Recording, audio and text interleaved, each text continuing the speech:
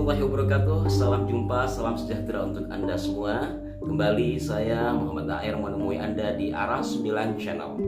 Para pemirsa, erupsi atau letusan Gunung Semeru telah menyisakan banyak cerita. Selain cerita duka, juga ada cerita kriminal. Cerita yang sangat mengiris hati kita semua, seperti yang telah Arah 9 Channel angkat. Di balik itu semua juga ada kisah yang menakjubkan, di mana ada satu rumah seorang warga yang wilayahnya terkena dampak erupsi Semeru, tetapi rumah tersebut masih utuh. Rumah yang dimaksud adalah milik dari Wagiman, warga Dusun Renteng, Desa Sumberwulu, Candipuro, Lumajang, Jawa Timur, di mana rumah tersebut tetap berdiri kokoh. Padahal di sekitarnya, menurut informasi yang beredar, hancur lebur, terkena imbas dari erupsi Gunung Semeru. Informasi ini awalnya beredar melalui media sosial yang kemudian membuat banyak warganet penasaran. Dari sini kemudian juga membuat sejumlah para pemburu berita, para wartawan untuk mendatangi kediamannya langsung.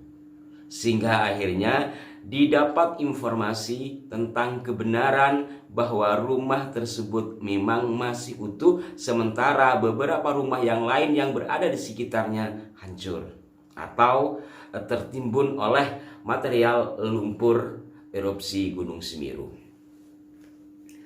Menariknya di sini bukan hanya karena rumahnya yang masih utuh, tetapi ada sisi-sisi yang perlu kita pelajari dari sikap Pak Wagiman sebagai pemilik rumah. Dalam wawancaranya dengan beberapa awak media, Pak Wagiman menyatakan bahwa dirinya hanya bekerja sebagai pemetik kelapa. Bahkan ketika erupsi itu mulai terjadi, Pak Wagiman melihat awal erupsi itu dari atas pohon kelapa. Karena pada saat itu 4 Desember 2021, Pak Wagiman sedang memetik kelapa. Dari atas pohon kelapa beliau melihat erupsi Gunung Semeru, maka beliau turun kemudian mendatangi rumahnya dan menyampaikan kepada keluarganya untuk segera mengungsi. Pak Wagiman awalnya tidak tahu jika rumahnya masih utuh karena dia mengungsi. Kemudian mendapat kabar dari warga yang lain, dikatakan bahwa rumah Pak Wagiman masih utuh. Pak Wagiman pun kaget. Masa iya utuh? Karena yang lain juga sudah banyak yang rata dengan tanah. Setelah itu Pak Wagiman kemudian pulang ke rumahnya dan mendapati rumahnya benar-benar masih utuh. Tidak ada satupun yang rusak. Hanya beberapa material luncuran dari Semeru berada di sekitarnya seperti batu dan beberapa potongan-potongan kayu berserakan di sekitar rumahnya. Hanya saja rumah beliau masih utuh. Subhanallah, jika Allah berkehendak, tidak ada sesuatu apapun yang tidak mungkin. Inilah pelajaran penting bagi kita. Pak Wagiman mungkin tidak pernah berpikir akan seperti itu. Pak Wagiman mungkin tidak akan pernah tahu kalau dirinya kemudian akan disorot oleh berbagai media dan menjadi viral dan menjadi pemberitaan di media nasional bahkan. Lantas apa sebenarnya yang menjadi amalan Pak Wagiman sehingga rumahnya utuh? Demikian pertanyaan sejumlah warganet. Kalau secara ilmiah, secara temuan ilmiah mungkin nanti bisa ditelisik ulang. Barangkali posisi rumah Pak Wagiman memang bisa terhindar karena satu dan lain hal secara temuan lapangan. Itu nanti. Tapi yang pasti beberapa warganet menanyakan apa sih amalannya Pak Wagiman? Amalan Pak Wagiman sebagaimana kaum muslimin yang lain, dia tentu saja melaksanakan sholat fardu, melaksanakan ibadah-ibadah mahdoh. Di luar itu Pak Wagiman juga mengaku kepada sejumlah awak media bahwa dirinya mendawamkan beberapa bacaan, diantaranya pembacaan surat Al-Ikhlas sebanyak 21 kali, juga membaca surat Yasin sebanyak 3 kali, dan memperbanyak istighfar. Dan istighfarlah yang banyak.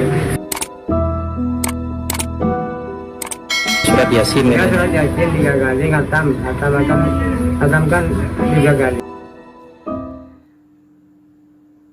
Sepertinya amalan yang dibaca oleh Pak Wagiman adalah amalan yang biasa saja.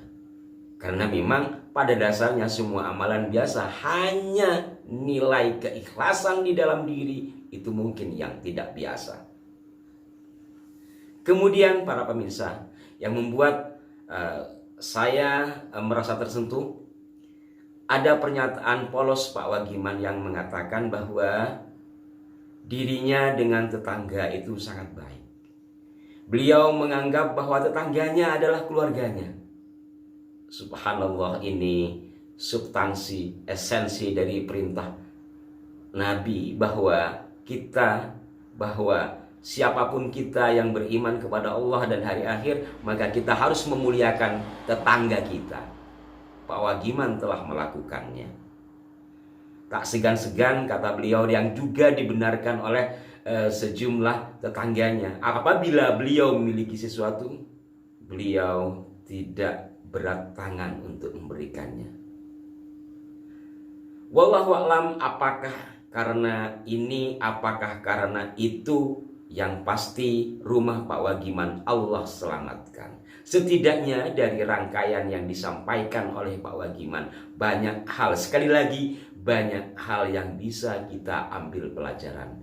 Wagiman hanyalah seorang kampung yang menjadi pemetik kelapa, buruh pemetik kelapa. Beliau juga seorang petani, bukan orang terkenal.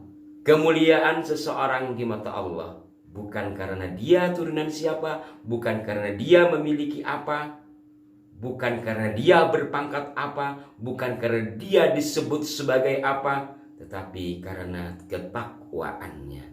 Inna akramakum indallahi atqakum. Dari sisi kemanusiaan ada hadis yang sangat familiar. Khairun nas anfa'uhum linnas. Sebaik-baik manusia adalah yang memberikan manfaat bagi manusia yang lain. Ini mungkin juga yang mengendap di diri Pak Wagiman.